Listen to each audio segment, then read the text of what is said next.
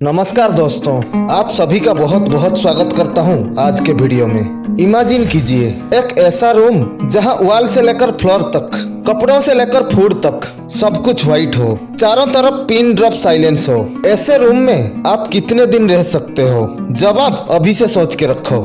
किसी का जुर्म जितना बड़ा होता है उस पे उतना ही बड़ा टॉर्चर का इस्तेमाल किया जाता है। फिजिकल टॉर्चर के अंदर हड्डियों को तोड़ना, हाथ पैर के नाखून उखाड़ना, भूखा प्यासा रखना, ये सब आते हैं। लेकिन कुछ क्रिमिनल्स ऐसे होते हैं जिनके ऊपर इन फिजिकल टॉर्चर्स का कुछ खास इफेक्ट नहीं पड़ता।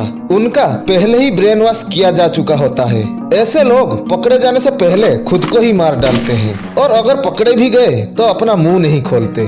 26/11 मुंबई अटैक में भी पकड़ा गया कसाब ने 4 सालों तक अपना मुंह नहीं खोला। ऐसे क्रिमिनल्स को मुंह खुलवाने के लिए फिजिकल टॉर्चर की जगह मेंटल टॉर्चर का सहारा लिया जाता है और व्हाइट रूम टॉर्चर भी उन खतरनाक मेंटल टॉर्चर्स में से एक है। खास तौर पे इसे ईरान में उपयोग किया जाता है। हालांकि यूएसए, वेनेजुएला, आयरलैंड और यूरोप के अन्य हिस्सों में भी इसके उपयोग का प्रमाण है। व्हाइट सुन के आपको लग रहा होगा कि इसमें ऐसा क्या है। व्हाइट को तो पीस का साइन माना जाता है, तो इसमें खतरनाक क्या है? तो चलिए जानते हैं इसके बारे में विस्तार से। पूरी दुनिया में इंफॉर्मेशन निकलवाने, सीक्रेट जानने या फिर क्राइम कन्फेस कराने के लिए क्रिमिनल्स को अलग अलग तरह से टॉर्चर करते हैं। क्या आपको पता है कलर्स का यूज करके भी क्रिमिनल्स को टॉर्चर किया जाता है? अब आपको लग रहा होगा कि इस केस में ब्लैक कलर का यूज किया जा रहा होगा क्योंकि डार्कनेस का इंसान पर साइकोलॉजिकली बहुत बुरा असर होता है। पर white room punishment dark room से भी ज्यादा खतरनाक होती है। यहाँ पे कैदियों का आसपास का हर ऑब्जेक्ट व्हाइट कलर का होता है। आपकी shirt, pant, wall, ceiling, door, window, even आपका बाथरूम, सब कुछ। खाने के लिए भी व्हाइट प्लेट में व्हाइट राइस या फिर मिल्क दी जाती है। इवन रूम के लाइट्स को इस तरह से डिजाइन किया जाता है कि वहाँ किसी भी तरह की शैडो भी नहीं बनती। अब सवाल ये है कि इतना पीसफुल कलर आपको कैसे इस बात पे मजबूर कर सकता है कि अब वो सब कुछ उन्हें बताए जो आपने फिजिकल टॉर्चर में भी नहीं बताया। इसका रीजन है एक्सट्रीम सेंसरी डिप्रीवेशन। इस वजह से कैदी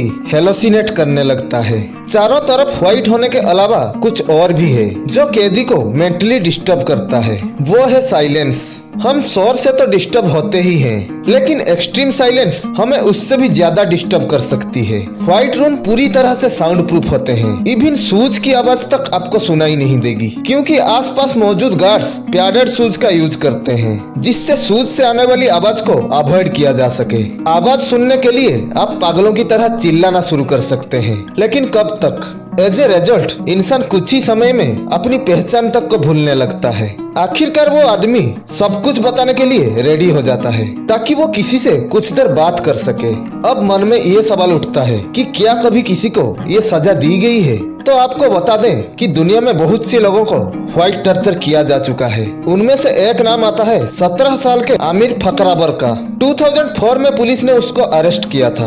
उसका जुर्म था पब्लिकली ईरान गवर्नमेंट को क्रिटिसाइज करना। उन्होंने बताया कि 5 सालों तक उन्हें फिजिकली अलग अलग तरह से टॉर्चर किया गया। उन्होंने ये भी कहा ये फिजिकल टॉर्चर व्हाइट टॉर्चर के सामने कुछ भी नहीं था। 8 महीने व्हाइट रूम में बिताने के बाद जब वो बाहर आए तब वो एक नॉर्मल इंसान नहीं थे। उन्होंने बताया कि कैदी शुरुआत में 1-2 दिन व्हाइट रूम में इजीली काट लेता है, लेकिन कुछ टाइम बाद उसके सेंस नॉर्मली काम नहीं करते। आमिर के ऊपर इस टॉर्चर का ये इम्पैक्ट पड़ा कि बाहर आने के बाद वो हमेशा के लिए यूएस चले गए। ईरान में ही एक जर्नलिस्ट इब्राहिम नवाब को भी ये व्हाइट रूम टॉर्चर दिया गया था। उन्होंने बताया कि वहाँ से बाहर आने के कई महीने बाद तक वो बिना स्लीपिंग पिल लिए सो नहीं सकते थे क्योंकि उस रूम में डे और नाइट का कोई सेंस था ही नहीं। सिर्फ एक ही चीज दिखाई देता था, ब्राइट व्हाइट कलर। और उनके अंदर एक कभी खत्म ना होने वाला अकेलापन इस तरह से भर गया था कि जरा सी आहट से भी वो बुरी तरह से डर जाते थे।